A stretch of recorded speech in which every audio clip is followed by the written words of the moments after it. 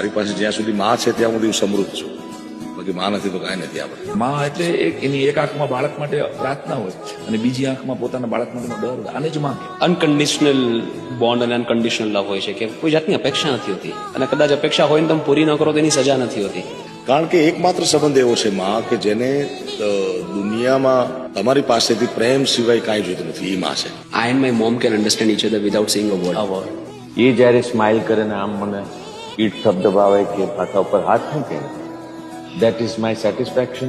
Even પ્રાણી જગતમાં બિલકુલ એને એના બાળકો પાસેથી કોઈ એક્સપેક્ટેશન નથી. બાળકો મોટા થઈને જતા રહેવાના છે, પણ છતાં એની રક્ષા કરવા માટે પોતાનો જીવ આપી દેવા માટે એક માં જ રેડી થઈ શકે. એટલે એવો નિસ્વાર્થ પ્રેમી કુદરતે ખાલી મામા જ નાખ્યો છે મને લાગે કે મારે મમ્મીને કોઈ દિવસ લાંબી ચર્ચા ના થાય, ન કરવી પડે. મારે પપ્પાને કલાકો બેસવાનું, પણ મમ્મી જોડે ઇટ ઇઝ જસ્ટ સમટાઈમ્સ હું બેઠો છું અને બિટવીન થોટ્સ અને આમ ટક લઈને ચાઈ જશે, કારણ કે એને ખબર છે કે this is what I want.